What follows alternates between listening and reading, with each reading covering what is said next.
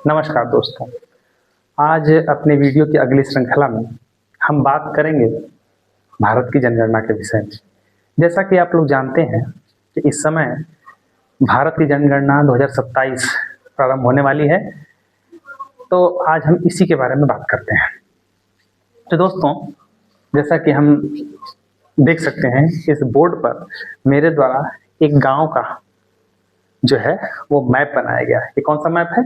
ये भूलेख मैप है जो लेखपाल के पास होता है, जिसमें खेत और आबादी और सड़क तीनों के मैप किए होते हैं। अब ये मैप मैंने क्यों बनाया है वो अब मैं अभी आगे दिखाता हूँ आपको। दोस्तों, जैसा कि आप जानते हैं कि भारत की जनगणना 2027 प्रारंभ हो गई है, जो अप्रैल से शुरू होने वाली है। और यह जनगणना जो है वो 2 चरणों में स्टार्ट होगी। 2 चरण। पहले चरण में मकानों की गणना होगी। मकानों की गणना का जो समय है वो अप्रैल से सितंबर 2026 तक निर्धारित है। उसके बाद दूसरा चरण स्टार्ट होगा, जिसे स्व जनगणना कहेंगे या इसे मुख्य जनगणना कहेंगे, जिसमें लोगों की गिनती की जाएगी। इसका समय फरवरी 2027 से प्रारंभ होना है। तो चूंकि प्रथम चरण में ये जनगणना स्टार्ट होनी है, तो इसके लिए सरकार ने कुल 11,718.24 यानी 11,718 करोड़ रुपए का बजट पास किया है। भारी भरकम बजट है। और ये बजट इसलिए है कि भारत के इतिहास में ऐसा पहली बार होने जा रहा है कि ये भारत की जनगणना पूरी तरह डिजिटल होगी, यानी डिजिटल ऐप मोबाइल के माध्यम से या आईफोन जो है के माध्यम से होगी। अच्छा, इसके लिए भारत की जनगणना आयोग ने 2 शुभंकर भी निकाले हैं। एक तो महिला है जिसका नाम प्रगति है, और दूसरा पुरुष है जिसका नाम विकास है। यानी कि प्रगति और विकास नाम से 2 शुभंकर भी जो है जनगणना आयोग ने निकाले हैं। अब इस मैप को समझाने से पहले मैं आपको ये बताना चाहूंगा कि इस जनगणना के अंतर्गत HLB नाम का जो शब्द है वो बहुत चर्चा में है। वो HLB क्या है? तो HLB का जो फुल फॉर्म है, पहले हम देख लेते हैं। HLB का full farm house listing block, यानी हाउस लिस्टिंग ब्लॉक है। अभी ब्लॉक क्या होंगे? ये ब्लॉक वो होंगे, एक क्षेत्र का नाम है, छोटे क्षेत्र, जिसमें एक प्रगणक या इनुमरेटर, जिन्हें आमतौर पर शिक्षक ही होते हैं, तो शिक्षकों को उन ब्लॉकों उन क्षेत्रफल को दिया जाएगा जिसमें वो ड्यूटी करेंगे, जिसमें वो गणना करेंगे। उसी क्षेत्र को, छोटे क्षेत्र को हम हाउस लिस्टिंग ब्लॉक कहते हैं। अब आगे बढ़ते हैं।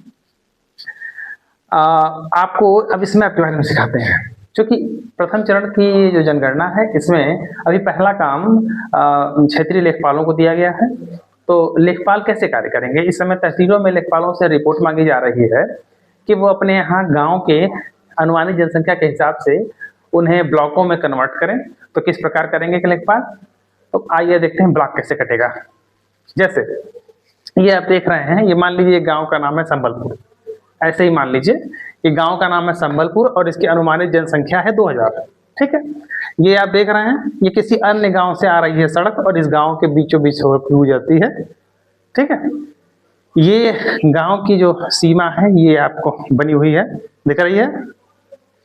उसके बाद आप देख सकते हैं कि ये जो सीमा है गांव की, ये पूरे गांव की सीमा है।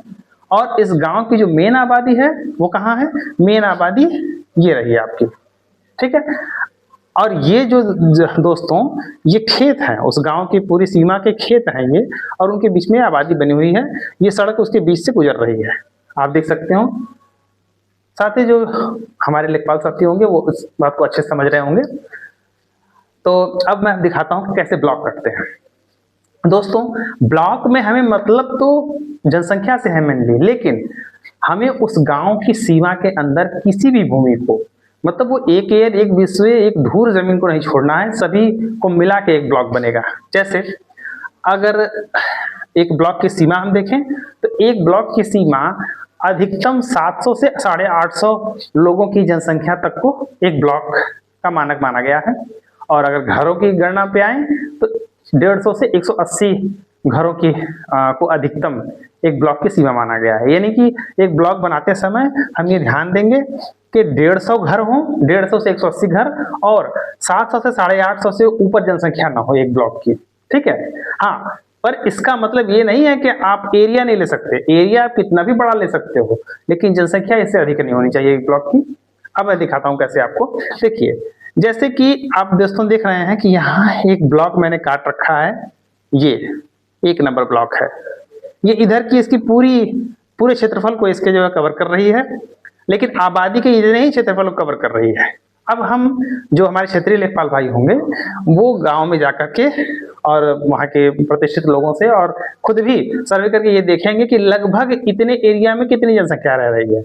मैंने ये मान लिया है कि ये जो आबादी का क्षेत्र है इसमें मकान स्थित हैं, इसकी कुल इतने दूर की कुल आबादी करीब 800 साढ़े 800 के करीब पड़ रही है।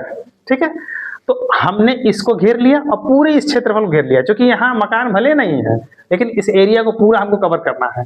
तो हमने यहाँ से उठाया और ये पूरा एक ब्लॉक बना दिया, ये हो गया। अच्छा, आप ये सोचेंगे अब ये क्यों बना है, तो ये इस एरिया में स्कूल एक बना है, क्योंकि लेखपालों से हर ब्लॉक का एक लैंडमार्क मांगा जा रहा है, जिससे उस ब्लॉक की का चिन्हांकन होगा। क्योंकि जब हम ये ब्लॉक बना करके गिनती के लिए किसी प्रगणक को देंगे तो हमें उन्हें ये बताना पड़ेगा कि जिस एरिया में आप जा रहे हैं वहाँ कौन सा लैंडमार्क है, जिससे वो पहचान सकेंगे कि इसी जगह को हमको इसी जगह ड्यूटी लगी है गिनती करने के लिए। तो ये स्कूल है इस आबादी के बीच में स्थित, इसको हमने लैंडमार्क मान लिया है। ठीक है, फिर हम अपनी जब रिपोर्ट देंगे तो कैसे देंगे, ये कोना जो देख रहे हैं यहाँ किसी का घर होगा, उस आदमी का नाम लिख लेंगे। फिर यहाँ पर हम जाएंगे तो इसकी भी चौहद्दी हमको देनी है। तो यहाँ हम इस ये गांव है, मान लीजिए रोहतक नाम का गांव है, ये इसका ये बॉर्डर है, तो ये गांव का नाम लिखेंगे हम इस चौहद्दी में, यानी कि उत्तर पूर्व कोने पर, दक्षिण पूर्व कोने पर हम इस व्यक्ति का घर लिखेंगे जिसका घर होगा। फिर हम आगे आएंगे, यहाँ लिखेंगे हम जिस व्यक्ति का घर होगा। उसके बाद हम यहाँ आएंगे दक्षिण पश्चिम में, यहाँ जो गांव होगा, क्योंकि घर तो है नहीं, तो ये गांव सुल्तानगढ़ी है, इसको हम चौहद्दी मिलेंगे। फिर ऊपर बढ़ेंगे हम यहाँ ताजपुर, ये ताजपुर नाम का गांव है, इसकी चौहद्दी को हम नोट करेंगे। इस प्रकार ये और ये चौहद्दी मिलाकर हमारा एक ब्लॉक बन गया। इसको हमने 1 नंबर ब्लॉक रख दिया और इसमें जब लैंडमार्क मांगा जाएगा तो हम इस स्कूल को लिख देंगे, किस नाम से ये स्कूल है उस स्कूल का नाम लिखेंगे, ये लैंडमार्क है, और इसकी चौहद्दी हम चारों तरफ की दे देंगे। 1 नंबर ब्लॉक हमारा हो गया। ठीक है, इसी प्रकार हम दूसरे नंबर ब्लॉक में आते हैं, यहाँ की और यहाँ की चौहद्दी हम लिख के देंगे उनको। और ये कुआं बीच में है आबादी के, इसको हम लैंडमार्क मान लेते हैं। ठीक है, कुएं के पास किसी का अगर मकान होगा तो हम ये देंगे कि फलाने के घर के बगल में एक कुआं है, इसको लैंडमार्क माना जा रहा है, इसकी रिपोर्ट भी हमको देनी है। ये हमारा 2 नंबर का ब्लॉक हो गया। इतनी आबादी हमने घेरी और ये पूरा एरिया घेर दिया, और इसकी आबादी भी हमने मान के चल ली कि ये 850 के करीब है। ये दूसरा ब्लॉक हो गया। अब आते हैं हम तीसरे ब्लॉक में। तीसरा ब्लॉक चूंकि हमारे यहाँ इसमें आबादी कम है, ये 800 के बराबर ही पूरी आबादी है, इसलिए हमने पूरे रकबे को ये इसमें शामिल कर लिया। ठीक है, तो ये हमारा हो गया तीसरा नंबर ब्लॉक। ठीक है, इसमें हमने लैंडमार्क मान लिया है, एक मंदिर है बीच में, इसलिए मैंने इसको घेर दिया है। हमें शिव जी का मंदिर हो या किसी देवता का मंदिर हो, वो हम लिखेंगे लैंडमार्क के रूप में। इसमें हम यहाँ की चौहद्दी देंगे, यहाँ इस गांव की चौहद्दी देंगे, रोहतक गांव है, यहाँ की चौहद्दी देंगे और यहाँ की चौहद्दी देंगे। और ये जिसका घर होगा यहाँ पर उसका नाम लिखेंगे, जो यहाँ घर होगा उसका नाम लिखेंगे। इस प्रकार से हमारी तीसरा ब्लॉक हो गया। तो मतलब दोस्तों, जैसे ये 2000 की जनसंख्या है तो हम ब्लॉक कैसे बांटेंगे, पहले ब्लॉक को हमें 800 का बांटना है, ये रहा। दूसरा ब्लॉक भी हमें 800 का बांटना है, ये रहा। और तीसरा ब्लॉक हमें 400 का बांटना है, जो ये रहा। हम ऐसा नहीं करेंगे कि इनको जो है हम 700 का, नहीं, ब्लॉक हम बनाएंगे पूरा 800 का एक ब्लॉक बनाएंगे, दूसरा ब्लॉक बनाएंगे, तीसरा भी बनाएंगे, और जो सिर्फ बच जाएंगे चौथे में जाएंगे अगर ज्यादा जनसंख्या होगी तब। ठीक है दोस्तों, अब मैं आपको बताना चाहता हूं कि जो हमारे इसको गिनने के लिए इसमें प्रगणक लगाए जाएंगे, जिसे इन्यूमरेटर भी कहते हैं। तो ये शायद टीचर होंगे, उनको लगाया जाएगा। तो एक प्रगणक को 1 ब्लॉक या 1 से अधिक ब्लॉक भी दिया जा सकता है। शर्त यह है कि अधिकतम 800 से ऊपर जनसंख्या उनको नहीं देनी है।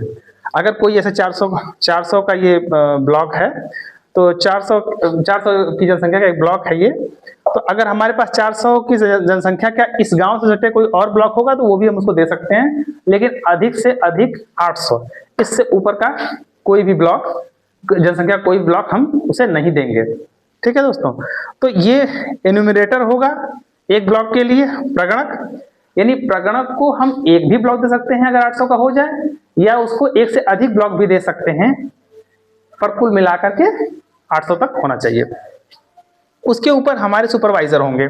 सुपरवाइजर किसी को बनाया जा सकता है, लेकिन सीमा यही है कि एक सुपरवाइजर पे 6 प्रगणक होंगे, यानी अगर 6 ब्लॉक कटा है तो इसका एक सुपरवाइजर इसकी निगरानी करने के लिए होगा कि वो अपना काम सही कर रहे हैं या नहीं कर रहे हैं। ठीक है, सुपरवाइजर के ऊपर चार्ज ऑफिसर होगा, जो आमतौर पर उस तहसील के तहसीलदार होते हैं। और दोस्तों, इस प्रकार से यह गणना, मकानों की गणना, ये आपकी चलेगी अप्रैल से सितंबर 2026 तक। 31 मार्च तक अभी सभी लेखपाल भाइयों को इसके संबंध में सारी सूचना, यानी कि इसकी जनसंख्या, कितने ब्लॉक काट रहे हैं, क्या लैंडमार्क है, हर ब्लॉक की चौहद्दी क्या है, ये अभी तहसीलों में उन्हें उनसे मांगा जा रहा है, ये उन्हें देना है। तो मैंने आपको बताया कि किस प्रकार से ये ब्लॉक काटे जाएंगे। तो और उसके बाद जो ऑपरेटर उसमें तय हैं, वो ऑपरेटर उन लेखपालों को बैठा करके अपने साथ कंप्यूटर पे, और फिर जो सैटेलाइट मैप है पोर्टल पर, यानी सेंसस डिपार्टमेंट की जो सैटेलाइट मैप है, उस पर वो ऑनलाइन ही उनको बैठा करके इस ब्लॉक को काटेंगे। अभी ये लेखपालों से इस तरह की सूचना मांगी जा रही है, इसलिए मैंने आपको इसके बारे में बताया। अगर ये जानकारी आपको अच्छी लगी हो तो कृपया मेरे वीडियो को लाइक और कमेंट करें, और इसके बाद जैसे जैसे हमें जानकारी मिलती जाएगी हम आगे की भी सूचना आपको देते जाएंगे। धन्यवाद मित्रों।